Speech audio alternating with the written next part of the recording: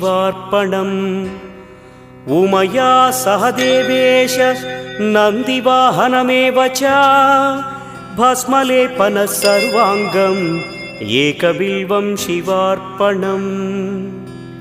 सालग्रामेषु विप्राणां तटाकं दशकूपयोः यज्ञकोटिसहस्रस्य एकबिल्वं शिवार्पणम्। दन्तिकोटिसहस्रेषु अश्वमेधशतक्रतौ कोटिकन्या महादानम् एकबिल्वं शिवार्पणम्। बिल्वानां दर्शनं पुण्यं स्पर्शनं पापनाशनम् अघोरपापसंहारम्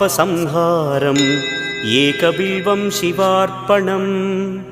सहस्रवेदपाठेषु ब्रह्मस्थापनमुच्यते अनेकव्रतकोटीनां